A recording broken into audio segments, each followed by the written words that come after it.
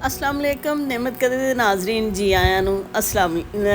नाजरीन मैं ਤੁਹਾਡੇ ਲਈ ਅੱਜ ਇੱਕ ਨਾ ਬਹੁਤ ਜ਼ਬਰਦਸਤ ਕਿਸਮ ਦਾ ਨਾ ਨਾਸ਼ਤਾ ਲੈ ਕੇ ਆਈ ਹਾਂ ਜਿਹਦੇ ਨਾਲ ਤੁਸੀਂ ਆਪਣੀ ਸ਼ੂਗਰ ਵੀ ਕੰਟਰੋਲ ਕਰ ਸਕਦੇ ਜੇ ਤੇ ਇਹਨੂੰ ਐਜ਼ ਅ ਡੈਜ਼ਰਟ ਵੀ ਇਸਤੇਮਾਲ ਕਰ ਸਕਦੇ ਰਾਇਤੇ ਦੇ ਤੌਰ ਤੇ ਵੀ ਇਸਤੇਮਾਲ ਕਰ ਸਕਦੇ ਜੋ ਇਹ ਨੁਸਖਾ ਜਿਹੜਾ ਵਾ ਇਹ ਮੈਨੂੰ ਇੱਕ ਮੇਰੇ ਅੰਕਲ ਨੇ ਦੱਸਿਆ ਸੀ ਉਹਨਾਂ ਦੇ ਇੱਕ ਸਰਜਨ ਦੋਸਤ ਨੇ ਦੱਸਿਆ ਸੀ ਜਿਹਦੀ ਨਾ ਸ਼ੂਗਰ ਕੰਟਰੋਲ ਨਹੀਂ ਸੀ ਹੁੰਦੀ ਮੈਡੀਕਲ ਦੇ ਸ਼ੋਬੇ ਦੇ ਲੋਕ ਤੇ ਆਪ ਡਾਕਟਰ ਜਿਹੜੇ ਹੁੰਦੇ ਨੇ ਉਹਨਾਂ ਨੂੰ ਬਹੁਤ ਸਾਰੇ ਇਲਾਜਾਂ ਦਾ ਪਤਾ ਹੁੰਦਾ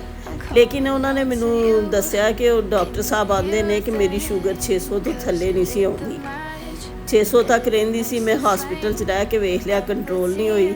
ਤੇ ਫਿਰ ਇੱਕ ਬੰਦੇ ਨੇ ਮੈਨੂੰ ਇਹ ਨੁਸਖਾ ਦਿੱਤਾ ਡਾਕਟਰ ਸਾਹਿਬ ਦੇ ਮੁਤਾਬਕ ਜਿਹੜਾ ਹੈ ਨਾ ਉਹਨਾਂ ਨੂੰ ਇਹ ਨੁਸਖਾ 35000 'ਚ ਮਿਲਿਆ ਸੀ ਅਸੀਂ ਅੱਜ ਤੁਹਾਨੂੰ ਜਿਹੜਾ ਨਾ ਮੁਫਤ ਨੁਸਖਾ ਦੇ ਰਹੇ ਹਾਂ ਇਹਦੇ ਲਈ ਤੁਸੀਂ ਕਾਲੇ ਚਨੇ ਲੈ ਲੈਣੇ ਨੇ ਉਹ ਤੁਹਾਡੀ ਮਰਜ਼ੀ ਹੈ ਕਿ ਤੁਸੀਂ ਇੱਕ ਦਿਨ ਭਿਓ ਕੇ ਤੇ ਇੱਕ ਦਿਨ ਜਿਹੜੇ ਲੈ ਕੇ ਉਹਨਾਂ ਨੂੰ ਉਬਾਲ ਕੇ ਰੱਖ ਲਓ ਜਾਂ ਰੋਜ਼ ਉਬਾਲੋ 1 ਕੱਪ ਜਿਹੜੇ ਆ ਨਾ ਕਾਲੇ ਚਨੇ ਲੈ ਕੇ ਉਹਨਾਂ ਨੂੰ ਤੁਸੀਂ ਰਾਤ ਨੂੰ ਭਿਓ ਦੇਣਾ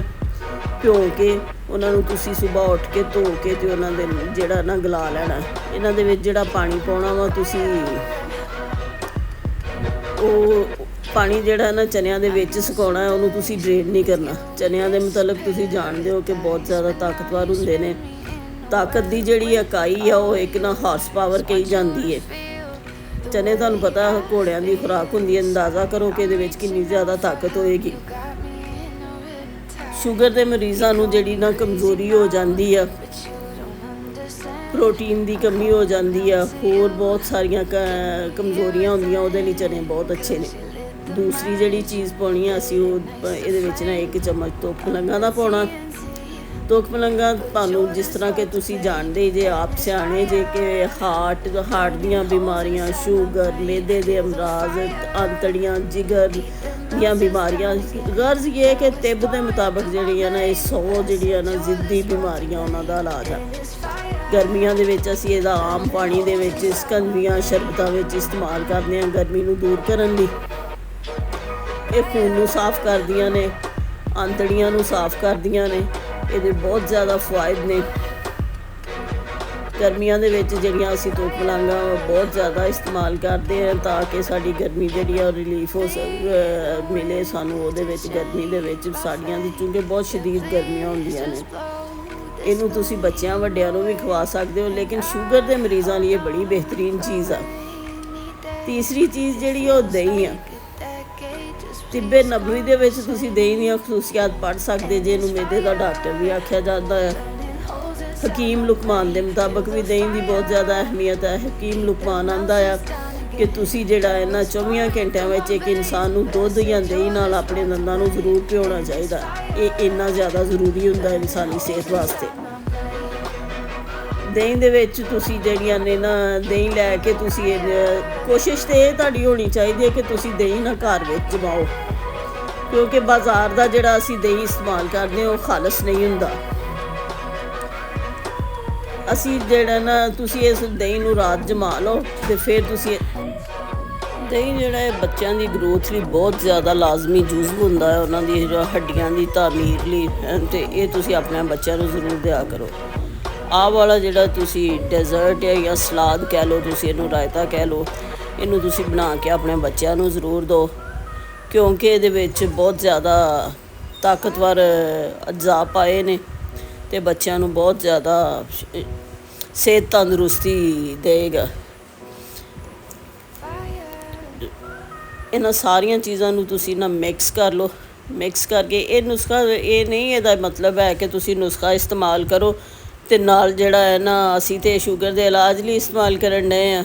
ਨੁਸਖਾ ਇਸਤੇਮਾਲ ਕਰੋ ਨਾਲ ਤੁਸੀਂ ਬੇਕਰੀ ਆਈਟਮਸ ਖਾਂਦੇ ਰਹੋ ਤੇ ਨਾਲ ਬਦ ਪਰਹੇਜ਼ੀਆਂ ਦੂਸਰੀਆਂ ਕਰਦੇ ਰਹੋ ਤੇ ਫਿਰ ਆਖੋ ਕਿ ਸਾਨੂੰ ਇਹਦੇ ਨਾਲ ਕੋਈ ਫਰਕ ਨਹੀਂ ਪਿਆ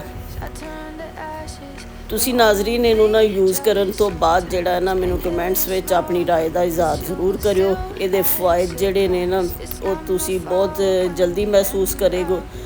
1 ਹਫ਼ਤੇ ਦੇ ਇਸਤੇਮਾਲ ਤੋਂ ਬਾਅਦ ਜਿਹੜਾ ਨਾ ਸ਼ੂਗਰ ਪੇਸ਼ੈਂਟ ਜਿਹੜਾ ਨਾ ਆਪਣਾ ਸ਼ੂਗਰ ਦਾ ਟੈਸਟ ਜ਼ਰੂਰ ਕਰਾਏ ਇਹਦੇ ਨਾਲ ਤੁਹਾਨੂੰ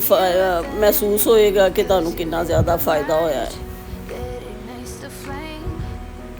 ਪੇਟ ਸਾਫ਼ ਕਰ ਦਿੰਦਾ ਵਾ, ਹਲਕਾ ਫੁਲਕਾ ਬਦਨ ਨੂੰ ਕਰ ਦਿੰਦਾ ਆ। ਤੁਸੀਂ ਜਿਹੜਾ ਨਾ ਇਹਨੂੰ ਇਸਤੇਮਾਲ ਕਰਨ ਤੋਂ ਬਾਅਦ ਜਿਹੜਾ ਆਪਣੀ ਰਾਏ ਜ਼ਰੂਰ ਦਿਆ ਜੇ। ਅਤੇ ਮੇਰੀ ਤੁਹਾਡੇ ਕੋਲ ਹੰਬਲੀ ਇੱਕ ਰਿਕੁਐਸਟ ਆ ਕਿ ਤੁਸੀਂ ਇਹਨੂੰ ਜ਼ਰੂਰ ਜਿਹੜਾ ਨਾ ਬਣਾ ਕੇ ਅਤੇ ਇਸਤੇਮਾਲ ਕਰਕੇ ਵੇਖੋ। ਸ਼ੂਗਰ ਤੋਂ ਇਲਾਵਾ ਵੀ ਤਮਾਮ ਜਿਹੜੇ ਬੱਚੇ ਨੇ, ਘਰ ਦੇ ਅਫਰਾਦ ਨੇ, ਉਹਨਾਂ ਲਈ ਇਹ ਬਹੁਤ ਮੁਫੀਦ ਚੀਜ਼ ਆ। ਬਾਕੀ ਤੁਸੀਂ ਇਹਨੂੰ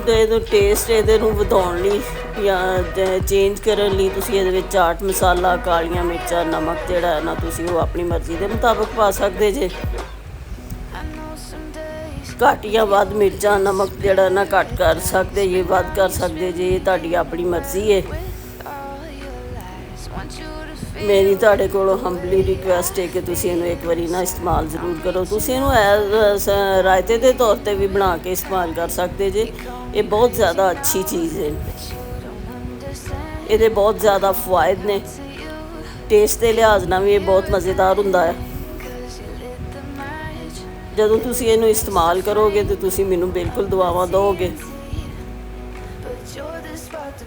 ਇੱਕ ਵਾਰੀ ਤੁਸੀਂ ਨਾ ਇਹ ਨੁਸਖਾ ਜਿਹੜਾ ਨਾ ਇਹਨੂੰ ਇਸਤੇਮਾਲ ਕਰਕੇ ਜ਼ਰੂਰ ਵੇਖਿਆ ਜੇ ਅਤੇ ਕਮੈਂਟਸ ਦੇ ਵਿੱਚ ਨਾ ਆਪਣੀ ਰਾਏ ਦਾ ਇਜ਼ਹਾਰ ਜ਼ਰੂਰ ਕਰਿਆ ਜੇ। ਮੈਨੂੰ ਆਪਣੀਆਂ ਦੁਆਵਾਂ ਵਿੱਚ ਯਾਦ ਰੱਖਿਆ ਕਰੋ। ਤੁਹਾਡੇ ਕਮੈਂਟਸ ਜਿਹੜੇ ਨੇ ਮੇਰੇ ਲਈ ਬਹੁਤ ਹੌਸਲਾ ਅਫਜ਼ਾਈ ਦਾ ਬਾਇਸ ਹੁੰਦੇ ਨੇ। ਹੁਣ ਮੈਨੂੰ ਇਜਾਜ਼ਤ ਦਿਓ। ਅੱਲਾ ਦੀ ਸਪੁਰਦ। ਅੱਲਾ।